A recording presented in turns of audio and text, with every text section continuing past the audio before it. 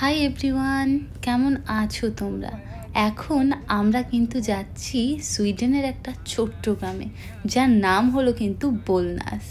আর আমি তো ভীষণই এক্সাইটেড আছি যে এই গ্রামটা দেখতে কেমন হয়। আর এই দেখো, আমরা গাড়ি করে কিন্তু রওনা দিয়ে দিয়েছি বোলনাসের উদ্দেশ্যে।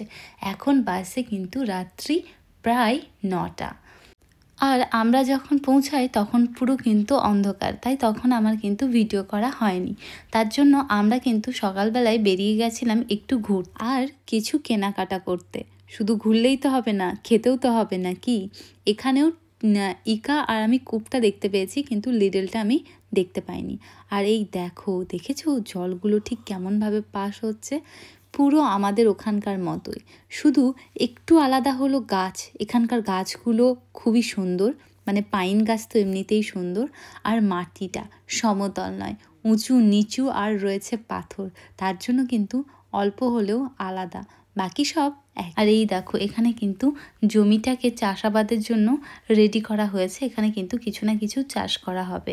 গরম আসতে এখনও 1 মাস প্রায় বাকি। আর এইটা হলো সেই বোলনাস গ্রামের একটা ছোট্ট জায়গা, যেখানে কিন্তু গ্রামের বাড়িঘর। এখানে কিন্তু কোনো ফ্ল্যাট নেই, সব কিন্তু নর্মাল নিজস্ব বাড়ি। এখানে বাচ্চাদের জন্য প্রত্যেকটা জায়গায় পার্কের ব্যবস্থাও করা রয়েছে। আর এই যে এটা হলো কিন্তু আমার বরের গাইডের গ্রামের বাড়ি। ভীষণই সুন্দর আর ভীষণই বড়, একদম সুইডেনের, মানে একদম সুইডেনে যেরকম বাড়ি হয়, যেরকম কাঠের, ঠিক সেরকম। বাড়িটা কিন্তু রেনোভেট হচ্ছিল, যেহেতু অনেক পুরনো, সেই বাড়িটাকে কিন্তু নতুন করে রেনোভেট করা হচ্ছিল। তো আমরা গেছিলাম, তো এখানে রান্না বান্না খাওয়া দাওয়া সব কিছুর ব্যবস্থা রয়েছে। আর এখানে সব থেকে ইউনিক রয়েছে এখানকার উনুনটা। এই যে এই সাদা কালারের এই উনুনটা, এটা কিন্তু একদমই আলাদা, এটা কিন্তু কাঠে জ্বলে। আর এই যে আমরা সকালবেলায় গিয়ে ঘুরতে গিয়ে বাজার করে এনেছিলাম সকালে রাত্রের খাওয়া দাওয়ার। আর আজকে আমরা কিন্তু মাছ কিনতেও যাব। আমরা যখন আসছিলাম তখন আমার বরের গাইড আমাদেরকে বলেছিল যে এখানে নাকি মাছের চাষাবাদ করা হয়, সেখান থেকেই নাকি টাটকা মাছ কিনে নিয়ে আসবে। যখন আমি এই কথাটা শুনলাম তখন তো আমি ভীষণই এক্সাইটেড হয়ে গেলাম যে সুইডেনে তাও আবার টাটকা মাছ, এটা তো ভাবাই যায় না।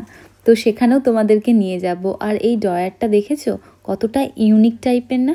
সব জায়গায় সিক্রেট ডয়ারও রয়েছে, আবার মানে বড় ডয়ারও রয়েছে, আবার সিক্রেট ডয়ারও রয়েছে।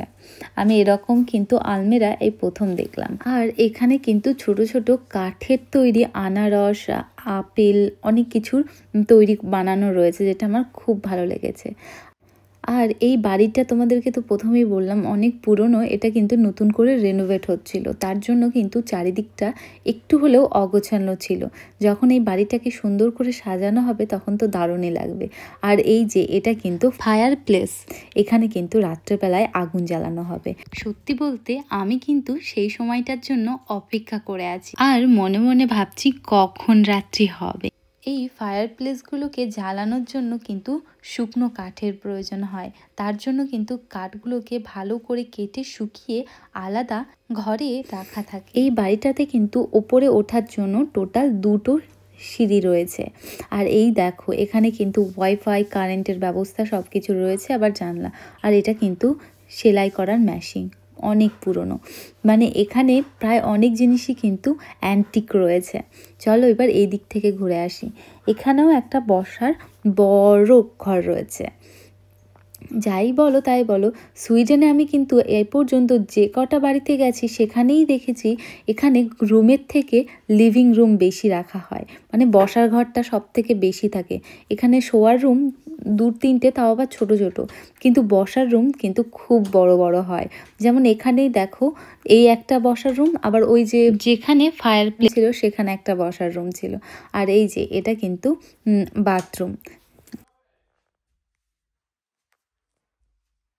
চলো এবার দেখে নেওয়া যাক নিচে কতগুলো রুম রয়েছে। এই দেখো, এটা একটা সিঙ্গেল বেডরুম রয়েছে। এখানে কিন্তু একজনাই থাকা যাবে, আর যথেষ্টই বড়। আর পাশের এটাকে আমি ভেবেছিলাম বেডরুম, কিন্তু এটা বেডরুম না, এটাকে স্টোরেজ রুমও বলতে পারো। এখানে রয়েছে কিন্তু বিভিন্ন ধরনের টুলস এবং ড্রিল মেশিন, তারপরে গাড়ির রিপেয়ার করার জিনিস, সাইকেল রিপেয়ার করার জিনিস, কারণ এখানে সাইকেলের কোনো কিছু খারাপ হয়ে গেলে সেটা তোমাকে নিজেই রিপেয়ার করতে হবে। আর তুমি যদি দোকানে বা কাউকে ডেকে করিয়ে নাও তাহলে কিন্তু তোমার প্রচুর টাকা খরচা হবে। এটা শুধু এই বাড়িটাতে বলে না, সুইডেনের যত বাড়ি রয়েছে, ইভেন ফ্ল্যাট রয়েছে, তাদের কাছেও এরকম টুলস, তারপরে রিপেয়ার করা জিনিসপত্র সব রাখা থাকে। আর এই যে এটাই হলো কিন্তু একটা বড় লাইব্রেরি। এখানেও কিন্তু রাখা ছিল ফায়ার প্লেস, যেখানে আগুন জ্বালানো যায়। ঠান্ডার দিনে তো কাঠের ঘরে আরও ভালো ঠান্ডা লাগবে, তাই না? আর এই যে এটা কিন্তু একটা সিঙ্গেল বেডরুম। আর এই পুরো বাড়িটা কিন্তু কাঠের। আর কাঠগুলোকে দেখেছো, এত গ্লসি, কি বলবো, আমার তো ভীষণই ভালো লেগেছে। আর এই বাড়িটা কিন্তু পুরো দোতলা। আর এই যে এখানে যে বিমগুলো দেখছো, এটা কিন্তু কাঠের। আর এটাও একটা কিন্তু বড় লিভিং রুম। এই লিভিং রুমটা কিন্তু ভীষণই বড়। এখানেও রয়েছে কিন্তু একটা ফায়ার প্লেস। তাহলে বলতে গেলে এই বড় বাড়িটাতে কিন্তু রয়েছে 3টে ফায়ার প্লেস। এটাও কিন্তু একটা বড় লিভিং রুম। আমার তো দারুণই লাগছে। এখানে কিন্তু আমি আর একটা জিনিস দেখলাম, এখানে কিন্তু পিয়ানো রাখার টেবিলও রয়েছে। আর এই যে এগুলো কিন্তু বড় বড় ল্যাডার, বই পড়ার জন্য। আর এই যে এই বাড়িটাতে কিন্তু টোটাল 2টো সিঁড়ি রয়েছে, একটা এই দিকে আর একটা দিকে রয়েছে লাইব্রেরির কাছে। আমি একটা জিনিস দেখে অবাক হয়ে গেলাম, এখানকার সিঁড়িগুলো করা রয়েছে একদম ছোট্ট জায়গার ওপরে। আমাদের ওখানকার মতো মেলা বড় জায়গা নিয়ে নয়, একদম ছোট্ট ছোট্ট জায়গার ওপরে কিন্তু 2টো সিঁড়ি রয়েছে। আর এটা একটা কিন্তু সিঙ্গেল বেডরুম। ওপরে কিন্তু টোটাল রয়েছে 3টে বেডরুম। আর এটা কিন্তু এইটাও একটা স্টোরেজ রুম, কিন্তু এখানে বেশি রাখা রয়েছে, মানে এখানে শীত প্রধান দেশ, প্রচুর ব্ল্যাঙ্কেট, তারপরে বেডশিট, পিলো কভার, এগুলোই রাখা রয়েছে। আর এটা একটা বেডরুম। আর আমরা ছিলাম কিন্তু এই বেডরুমটা। এটা কিন্তু একটা বড় বেডরুম। আমার তো সব থেকে ভালো লেগেছে ওই ছোট ছোট ল্যাম্প দুটো, আমার তো দারুণই লেগেছে। আর এটা হলো কিন্তু ওপরের বাথরুম। এই বাথরুমটা অতটা বড় নয়, ছোট। এখানকার মানুষজন কিন্তু 6টা থেকে 7টার ভিতরে ডিনার করে নিতে বেশি পছন্দ করে। তার জন্যই আমরা কিন্তু 6টার সময় আমাদের ডিনার সেরে নিয়েছি। আর যেহেতু কথা ছিল রাত্রেবেলায় আমরা কিন্তু ফায়ার প্লেস জ্বালাবো, তাই আমরা কিন্তু করেছিলাম। আমার তো ভীষণই ভালো লাগছিল, কেননা এটা ছিল আমার জীবনের প্রথম অভিজ্ঞতা, তাও আবার ফায়ার প্লেসের সামনে। আমরা কিন্তু সকালের খাওয়া দাওয়া করে একটু ঘুরতে বেরিয়েছি এই বোলনাসের ছোট্ট গ্রামের আশপাশে কি আছে। তো সেখানে আমার সবথেকে বেশি ভালো লেগেছে এই নদীটা। এই নদীর ধারটা খুবই সুন্দর। তাছাড়াও আমার কিন্তু ভীষণই ভালো লেগেছে বোলনাস জায়গাটা। এটা কিন্তু একটা সুইডেনের ছোট্ট জায়গা। আর সত্যি বলতে আমি কখনো ভাবিও নি যে আমরা এইভাবে সুইডেনটাকে ঘুরবো। আর তার জন্য আমার বরের গাইডকে কিন্তু অনেক অনেক ধন্যবাদ। তিনি যদি আমাদেরকে না বলতেন এখানে আসার কথা, তাহলে আমরা হয়তো এত সুন্দর জায়গা দেখতেই পেতাম না। তো আমরা কিন্তু আর কিছুক্ষণের মধ্যেই কিন্তু রওনা দিয়ে দেব স্টকহোমের উদ্দেশ্যে, কারণ পথ অনেকটাই লম্বা, প্রায় 4 ঘন্টার কাছাকাছি লাগবে গাড়িতে। আমরা এসেছিলাম কিন্তু বোলনাসে ফ্রাইডে নাইটে, মানে প্রায় 1টার কাছাকাছি। তখন পুরো অন্ধকার, ভালো করে কিছু দেখতেও পাইনি, শুধু লাইট জ্বলছিল। তার জন্যই আজকে আমরা ডিসাইড করি যে আমরা দিনের আলো থাকতে থাকতে বেরিয়ে পড়ব, যাতে আমরা চারপাশের ভিউটা এনজয় করতে পারি। আর আমার তো ভীষণই ভালো লেগেছে, তোমাদেরকেও দেখাবো চারপাশটা ঠিক কতটা সুন্দর। যাওয়ার পথে বোলনাস যে জায়গাটা, যেটা টাউন রয়েছে বোলনাসে, সেখানে 2-3টে চার্চেও আমরা গেছিলাম, কিন্তু রবিবার থাকায় চার্চগুলো কিন্তু সব বন্ধ হয়ে গেছিলো। এখন আমরা যে চার্চটায় যাচ্ছি এটা কিন্তু অনেক পুরনো। আর আমাদেরকে আমার বরের গাইড বলছিল যে এখানে তিনি যখন ছোট ছিলেন তখন তার কিছু ধার্মিক কাজকর্ম, যেমন আমাদের হয়ে থাকে বাচ্চাদেরকে 11 বছর বয়স হলে পৈতে, এরকম সামথিং কিছু খ্রিস্টানদেরও থাকে, সেগুলো এই চার্চে হয়েছিল। সেগুলো সম্বন্ধে আমাদেরকে বলছিল। আমার তো ভীষণই ভালো লাগছিল।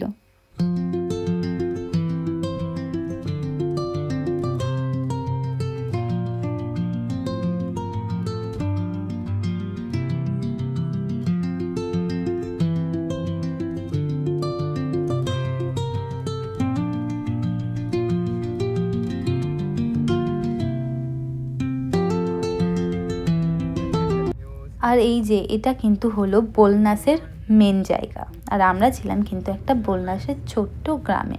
আর দুই পাশে খুব সুন্দর লেক ছিল, যার জন্য আরও ভালো লাগছিল। আসার সময় আমি চারিদিকটা দেখতে দেখতে আসছিলাম।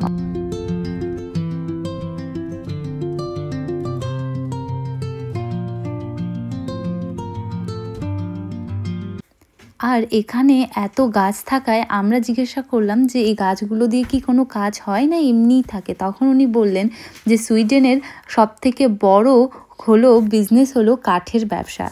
এই কাঠের ব্যবসার ওপরেও কিন্তু সুইডেনের অর্থনীতি নির্ভরশীল। তাছাড়াও এখানকার এই কাঠগুলো কিন্তু খুবই ভালো, যেমন হালকা তেমন কিন্তু লং লাস্টিং।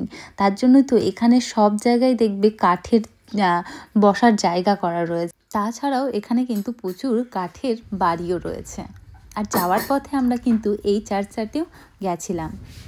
আর ভালো করে দূরের ভিউটা দেখতে কেমন লাগছে সেটা বলো, মনে হচ্ছে না এটাই সুইজারল্যান্ড? সত্যিই তাই, খুবই সুন্দর জায়গা।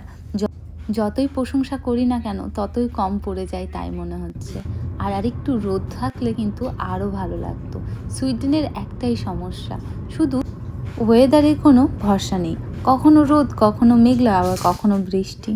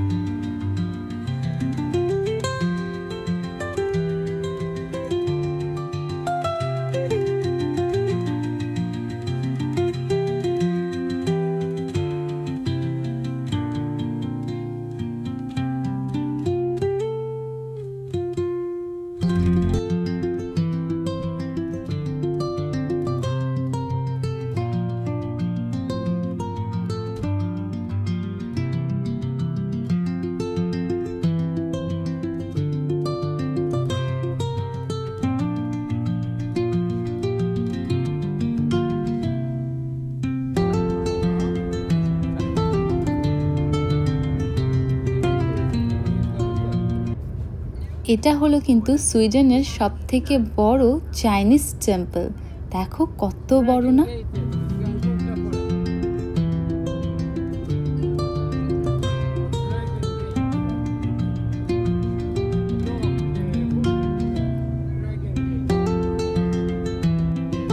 আর সত্যি বলতে এই ট্রিপটা আমার সারা জীবন মনে থাকবে। আর এটা একটা সত্যিই দারুণ ট্রিপ ছিল আমাদের জন্য।